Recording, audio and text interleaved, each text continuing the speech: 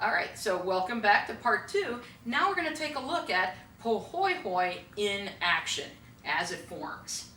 So what we're seeing here, these are lava flows in Hawaii, and see how the lava keeps flowing, but the top starts getting wrinkled as it flows there. And that's classic Pohoihoi formation, and ultimately all that is going to cool down, become solid, and preserve this wrinkly lava surface.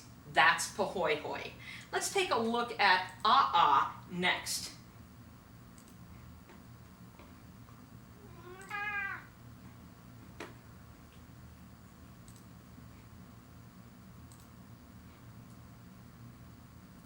So here we have A'a flowing. We can see the glowing interior of that lava flow.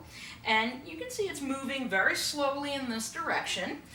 This is also in Hawaii. And as this cools and contracts, gets smaller, you see these chunks falling off. There was a big one that fell off, ultimately creating that very jagged, angular surface of all those pieces that broke off as this lava flow cooled. That's A'a. You can walk right up to it. It's hot though. Now let's take a look at pillows.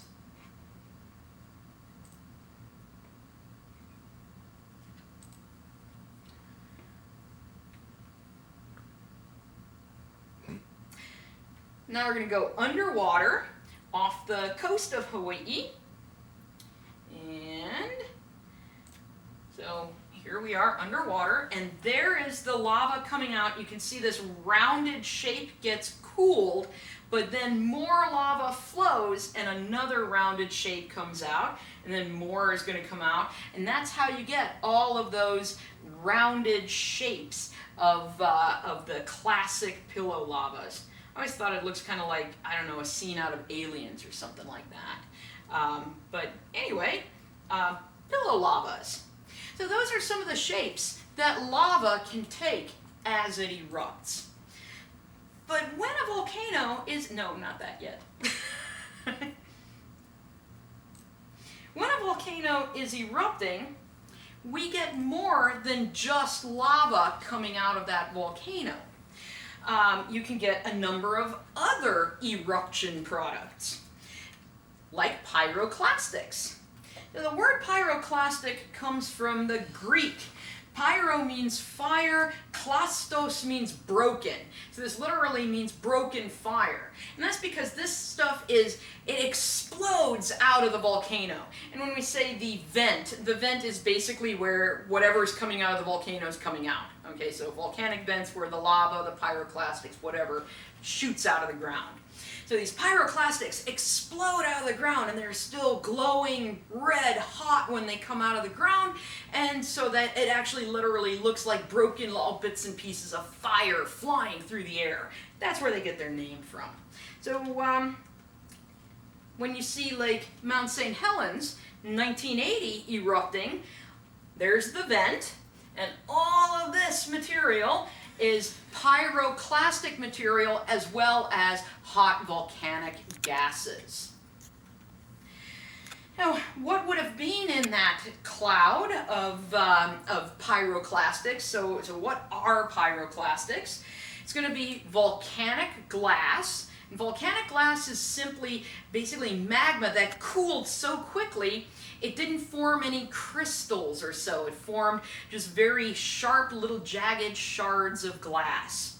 There's going to be things called lithics. Lithics are just pieces of rock, solid rock, that just got caught up in the volcanic explosion. And then there'll also be some crystals, some minerals that did have enough time to cool before being erupted. Now, when it comes to classifying the pyroclastic material, we look at the size of this material. And the smallest stuff, less than 2 millimeters in diameter, usually very powdery in fact, is called ash. And ash is mostly just tiny, almost microscopic pieces of glass, volcanic glass. And This is ash being erupted out of the Icelandic volcano Eyjafjallajökull. I actually like to show this picture just because it's really pretty, but in addition to that, you know, if you watch these like Hollywood movies of volcanic eruptions and stuff, they often put lightning in with it. And a lot of my students ask, is that real or is that just to make it look even cooler for Hollywood? Well, it's real.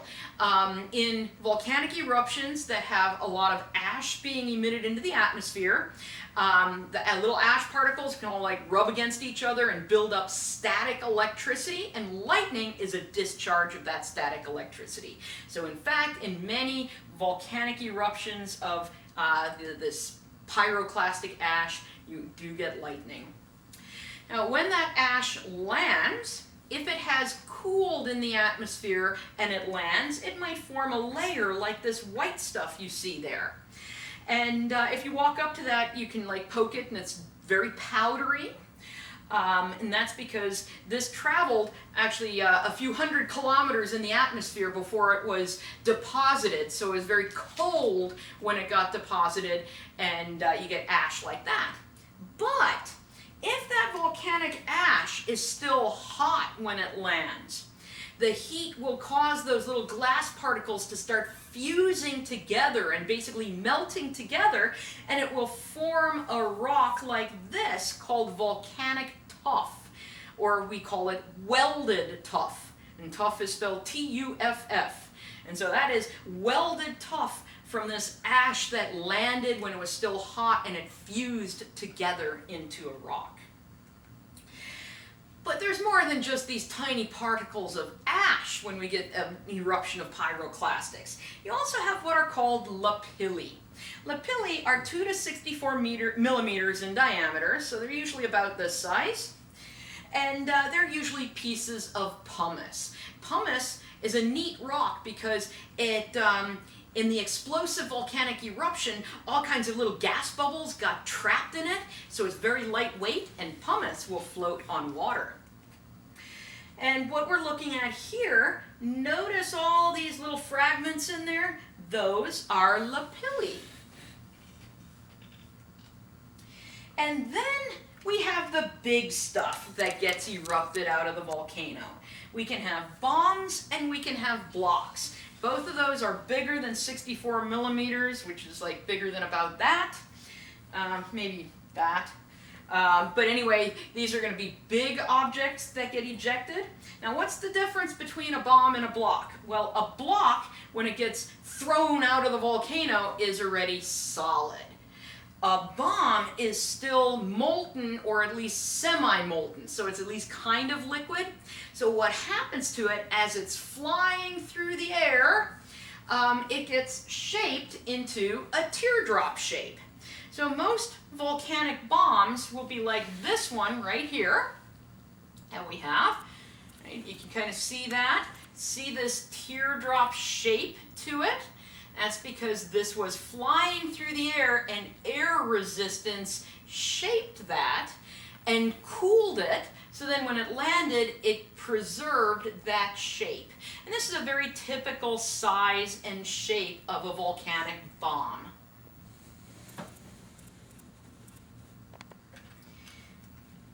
A not so typical size, but the very typical shape of a volcanic bomb is this one. Now, the sign behind it says the biggest real lava bomb in the world, and you can see it does have that nice aerodynamic shape, and it is the biggest lava bomb I've ever seen. I can't guarantee that it's the biggest one in the world, but it is the biggest one I've ever seen. But anytime you see that aerodynamic shape to these things, that tells you that these were still molten, they were still liquid as they're flying through the air out of the volcano. Alright, other things that volcanoes can produce in an eruption, or I shouldn't say can, other things that they will produce are gases. And I already told you, gases are the energy behind the volcanic eruption, right? As they expand, as they're rising to the surface, it's that gas pressure that powers the eruption. And there are three main volcanic gases. You have water vapor, this is the most abundant, and then you have carbon dioxide and sulfur dioxide. Those are the big three when it comes to volcanic gases. However, there are some less abundant gases, like hydrogen sulfide, hydrogen carbon monoxide, and some others.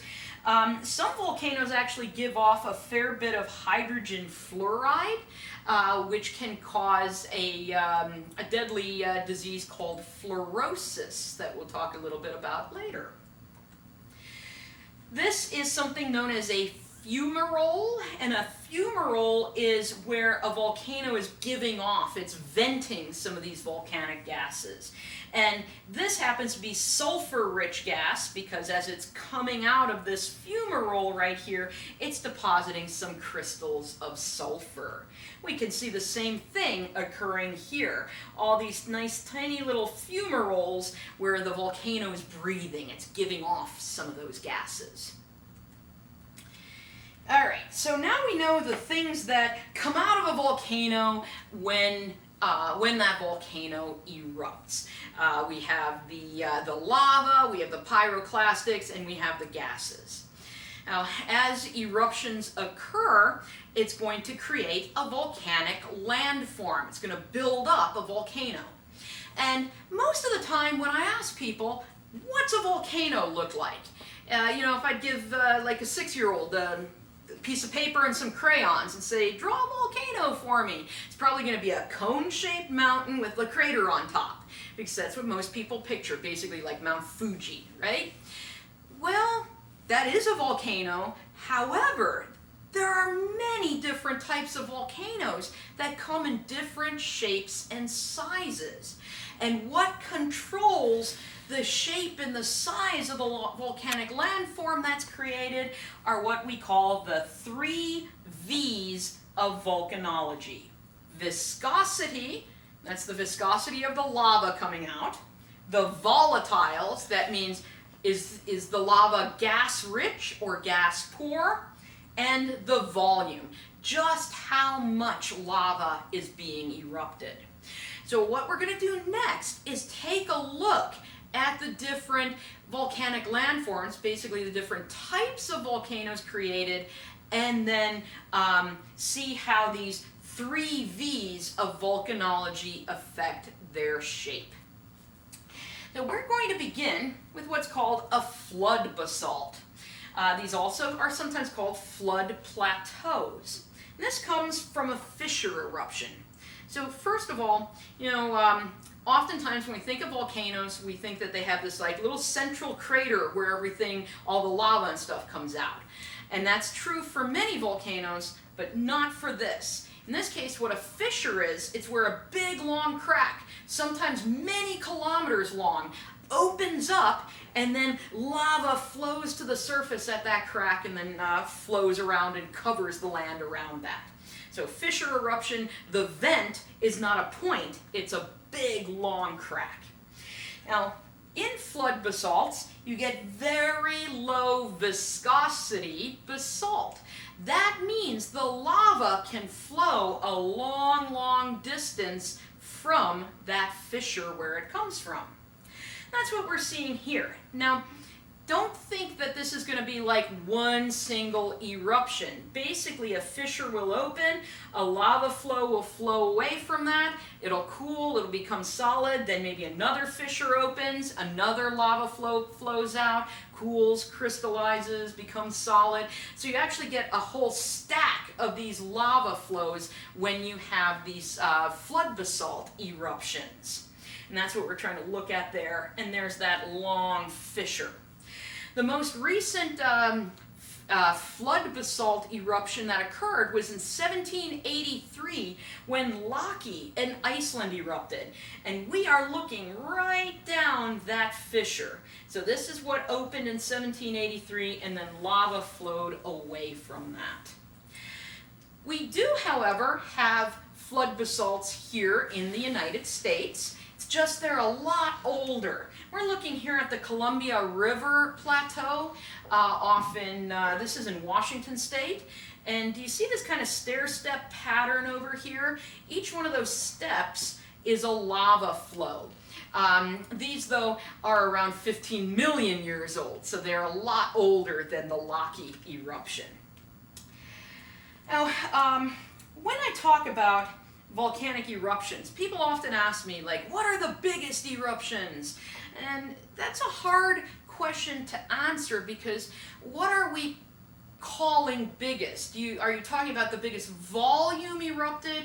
Are you talking about the biggest explosion, the biggest impact on people? You know, there's different ways of looking at that. But if you're looking at the biggest volume of material erupted, then it is flood basalts. So let's look at our 3 V's. This is going to be very large volume, very low viscosity, and low volatiles. It's not explosive, right? It's just lava flows. And when it comes to big fissure eruptions, big flood basalt eruptions, great example is the Siberian Traps. And so just to get you oriented here, this is Asia, this is Scandinavia, so there's like Norway, Sweden, Finland, there's Moscow. This black line outlines all the land covered when the Siberian Traps erupted. About 800,000 cubic miles of lava was erupted, and that covered about 1.5 million square miles. And that's pretty much imagine the entire United States west of the Mississippi being covered by lava. That's about how much land area the Siberian Traps covered. So we're talking a huge part of land. So those are very big eruptions, but they don't form mountains, okay? So you're not going to be talking about a volcanic mountain there. That's why it's called a plateau. It's going to form this like nice flat area. All right, another type of volcanic landform that you can get is called a shield volcano. And a shield volcano is similar but different from a flood basalt. It's similar because it erupts low viscosity basalt that flows a long way from the vent, but what's different, it doesn't have a big long fissure. It has a central vent where the lava erupts from. And these shield volcanoes tend to have very gentle slopes. Because that basaltic lava is such low viscosity, it flows a long way and it creates these very, very gentle slopes to our mountain.